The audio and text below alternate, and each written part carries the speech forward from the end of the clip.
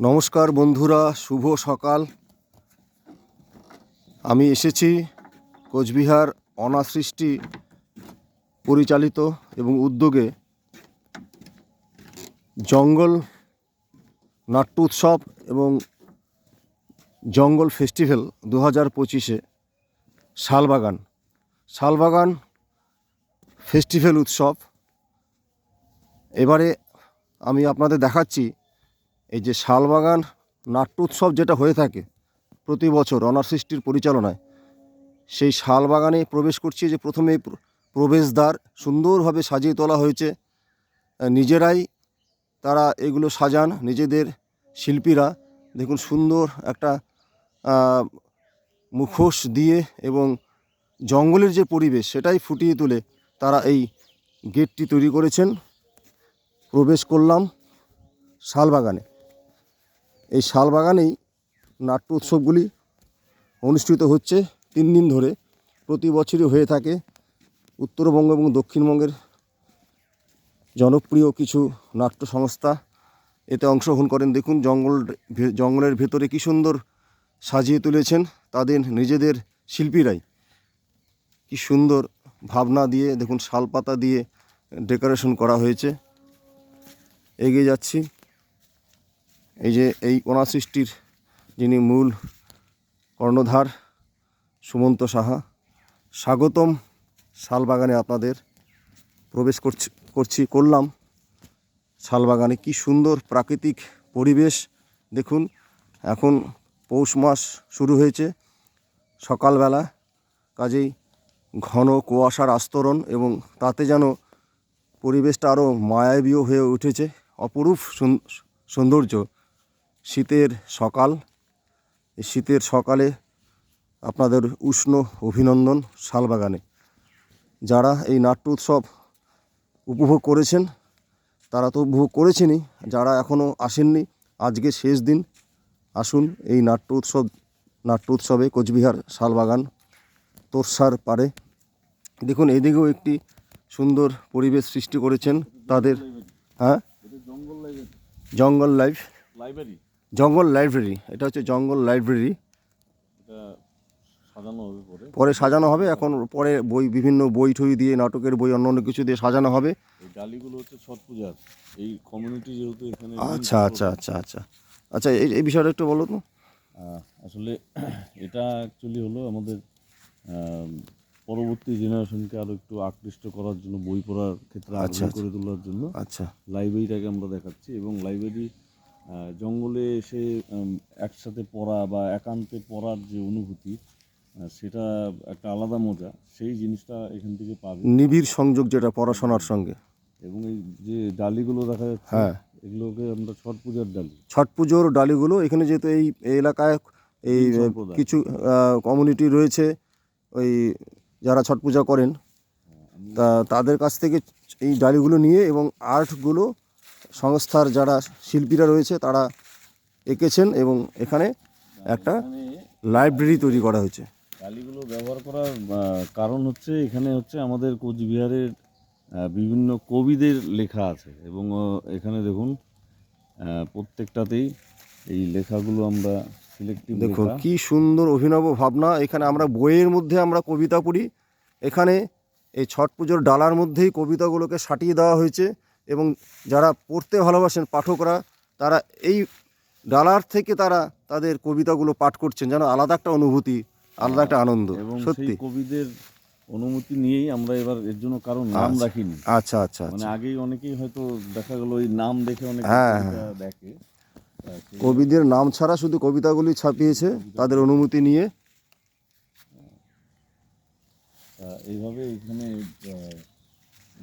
Bench থাকে, এখানে বসে স্টাডি করতে পারে।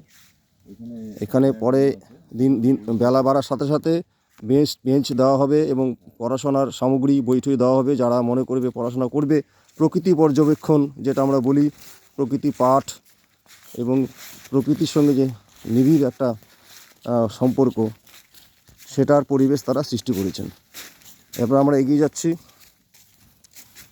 I love Salbagan.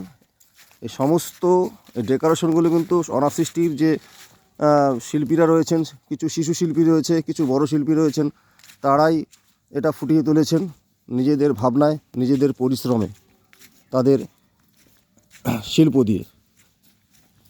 কি সুন্দর শালবাগান দেখতে পাচ্ছেন, এই শাল পাতা পড়ে রয়েছে, কত শাল পাতা। শাল গাছ ছাড়াও অন্যান্য কিছু গাছও এখানে রয়েছে। এটা অ্যাকচুয়ালি একটা ট্র্যাজেডি, শালবাগান নাম, কিন্তু শাল গাছ আপনার এখন হাতে গোনা কয়েকটা আছে। হ্যাঁ, নতুন করে প্ল্যান্টেশন করা হয়েছে, ফরেস্ট্রি ওই চেষ্টাটা করেছে আবার শালবাগানে একটু শাল গাছ হয়ে ওঠে, সেটা চলছে। এটা অ্যাকচুয়ালি টিপ গার্ডেনে ভর্তি হয়ে গেছে। এটা কি? এইটা হচ্ছে একটা মানে দোলনা আর কি। আচ্ছা আচ্ছা, এটা দোল খেতে পারে, আমরা নর্মালি দুজন বলি, এটাতে একসাথে 4 জন বসে বসে তুলতে পারবে। আচ্ছা আচ্ছা আচ্ছা, এটা বড় দোল হবে না, মানে এটা যেহেতু জঙ্গলের ভাবনায় একটা দোলনা তৈরি করা হয়েছে। ভাবনায় দোলনা, এবং ওই একসাথে চলার আনন্দটা উপভোগ করতে পারবে।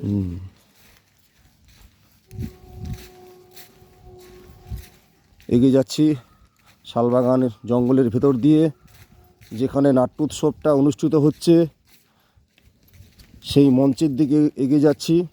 এই মঞ্চ কিন্তু কোনো অডিটোরিয়াম নয়, এই মঞ্চ কিন্তু কোনো মেলার মাঠ মুক্ত মঞ্চ নয়, এটা একদম প্রাকৃতিক মঞ্চ, একদম জঙ্গলের ভেতরে মঞ্চ, এবং এখানেই অনুষ্ঠিত হয় অনাসৃষ্টির পরিচালনায় জঙ্গল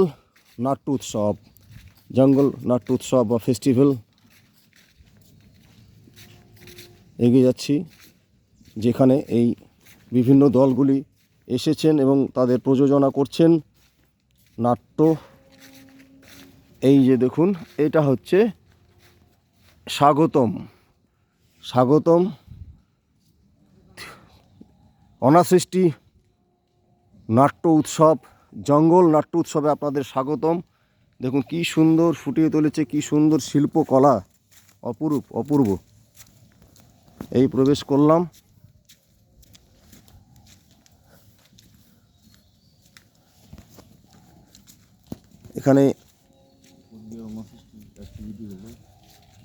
এখানে দেখুন, এখানে একটা এক্সিবিশন করা হয়েছে। অনাসৃষ্টির যে বিভিন্ন কর্মকাণ্ড, তারা যে বিভিন্ন নাটক করে থাকেন, বিভিন্ন সামাজিক কাজকর্ম করে থাকেন, সেগুলো সেই তার আলোকচিত্র তারা এখানে এক্সিবিট করেছেন।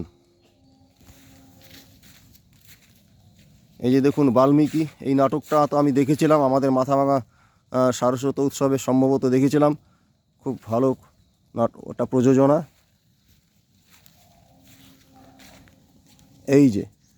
এই সেই মানে আকর্ষণীয় মঞ্চ, প্রাকৃতিক মঞ্চ, একদম জঙ্গলের ভেতরে প্রাকৃতিক মঞ্চ। আমি এমনি ভিডিওতে দেখেছিলাম, বিগত অনুষ্ঠানে কোনোবার সরাসরি আসতে পারিনি, এবছর সরাসরি এসেছি, এসে সকাল সকাল চলে এসেছি, এসে এই ভিডিওটি করলাম। এইখানেই এই নাট্য উৎসব হয়ে থাকে, কি অপূর্ব। এখানে কোনো সাউন্ড সিস্টেম আশা করি থাকে না। না, এখানে খালি গলায় নাটক হয়, হ্যাঁ, পাখিদের আওয়াজ সাথে থাকে এমনি ব্যাকগ্রাউন্ডে। আচ্ছা, এইখানকার বিষয়টা, এই যে ভাবনা এখানে কিভাবে পরিচালিত হয়, এটা নিয়ে একটু বলো সুমন্তদা। আসলে জঙ্গলের মাঝেই মানে প্রকৃতি আমাদের সব কিছুই দিয়ে রেখেছে। সেরকমই যখন আমরা ভাবছিলাম যে এটা অ্যাকচুয়ালি কোভিডের পরবর্তী সময়, যখন সাধারণ জনজীবনে ফিরতে যাচ্ছিলাম, তখন নাট্যকর্মী যারা রয়েছে তারাও নতুন করে, একটা রেস্ট্রিকশন ছিল সেই সময় আনলক হওয়ার সময়, যে একটু মানে একসাথে গ্যাদারিং যখন মানে সম্ভব ছিল না, তখন একটু ওপেন স্পেসের থিয়েটারের দিকে চিন্তাভাবনা শুরু হয়। এবং সেই সময় আমরা দেখলাম যে আমাদের ভারতীয় থিয়েটার দর্শন ইতিমধ্যে এটা অনেক আগের থেকেই আছে। তো সেই চিন্তাভাবনাটাকে আমরা একটু যখন বিস্তৃত করতে যাই, তখন আমাদের হাতের কাছের এই ঐতিহাসিক শালবাগান, সেই শালবাগানের এই যে জায়গাটা, এখানে দেখুন অলরেডি এখানে আমাদের যে 8টা গাছ আছে, তারা প্রাকৃতিকভাবে একটা মঞ্চের রূপ ইতিমধ্যে নিয়ে আছে। আমরা শুধু সেখানে কিছু মানে আমাদের উইংস বা এগুলো সেট আপটা করে একটা প্ল্যাটফর্ম এখানে তৈরি করেছি। এইভাবে আর কি টোটাল সেট আপটা এখানে করা, আর বাকিটা এরকমই গ্যালারি বেঁধে বসা। অভিনব, খুব ভালো লাগলো। এখানে দেখুন, এখানে দর্শকদের জন্য এই যে বসার গ্যালারিও করা হয়েছে বাঁশ দিয়ে, যেহেতু জঙ্গল স্বাভাবিকভাবেই সেটা প্রাকৃতিকভাবেই নির্মিত হবে। খুব সুন্দর। এবং দর্শক কীরকম সমাগম হয়? দর্শকটা তো অবশ্যই, মানে আমরা দর্শক এখানে স্থানীয় যারা বাসিন্দা আছেন তারা মূলত আমাদের মানে টার্গেট অডিয়েন্স থাকেন।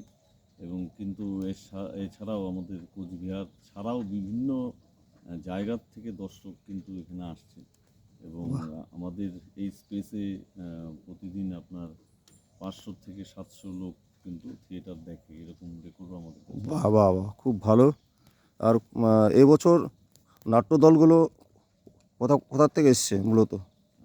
এই বছর আসামের ডিব্রুগড় থেকে আসছে, কলকাতার ওদিকে সোদপুর থেকে আসছে, তারপর রায়গঞ্জ, কালিয়াগঞ্জ, কোচবিহারের স্বনামধন্য দল, সব মিলে আমাদের 3 দিনে 21টি নাটক এখানে মঞ্চস্থ হচ্ছে। বাবা, 3 দিনে 21টি নাটক, চারটেখানি কথা নয়। এই জন্যই বোধহয় সকাল থেকে শুরু হয়। একদম সকাল থেকে শুরু। আজকে তো আপনাদের নিজেদের প্রযোজনাও রয়েছে। হ্যাঁ, আজ আমাদের নিজেদের প্রযোজনা আছে। কি নাম? সেটা হচ্ছে যারা বিচার চেয়েছিল। আমাদের রামায়ণ মহাভারতকে কেন্দ্র করে এই একটা নতুন একটা নাটক যার রচনা করেছেন রুমাদি, এবং আমাদের প্রিয় রুমাদি একদম পরিচালিকা। তারই রচনা, তারই নির্দেশনায় আমরা এই নতুন প্রযোজনা আজকে দর্শকদের উপহার দেব। খুব ভালো। তা বন্ধুরা, আরেকবার মঞ্চটা দেখাচ্ছি। যদিও আমার নাটকটি দেখার সৌভাগ্য হবে না, কারণ আমার একটা অনুষ্ঠান মাথাভাঙা একটা মিটিংয়ে অ্যাটেন্ড করতেই হচ্ছে, না হলে এই নাটকটি আমি অবশ্যই দেখতাম। তবে গতকাল উপভোগ করেছি সান্ধ্যকালীন অনুষ্ঠানে বিভিন্ন অনুষ্ঠানে উপভোগ করেছি। আমি আশা রাখছি এবং প্রতিশ্রুতি দিচ্ছি যে আগামী বছর আমি আবারও আসব এই নাট্য উৎসবে এবং নাটক দেখব। এই প্রাকৃতিক মঞ্চ, মুক্ত মঞ্চ, জঙ্গল নাট্য উৎসব। তার একবার আপনাদের দেখিয়ে নিচ্ছি কি সুন্দর পরিবেশ। এই গাছগুলো এই যে প্রাকৃতিকভাবে এমনভাবে এখানে আছে চারিদিক দিয়ে, যেন এগুলো একটা নাটকের উইংস, মানে যারা নাটক করছেন তাদের ব্যবহার করার জন্য যেন প্রকৃতি সাজিয়ে দিয়েছে এই গাছগুলোকে। তো অসংখ্য ধন্যবাদ সবাইকে। আবারও সুমন্তদাকে অসংখ্য ধন্যবাদ জানিয়ে এই ভিডিওটি আপনাদের সামনে উপস্থাপন করলাম। ভালো লাগলে অবশ্যই লাইক কমেন্ট দিয়ে উৎসাহিত করবেন এবং আপনাদের সুচিন্তিত মতামত জানাবেন। ধন্যবাদ।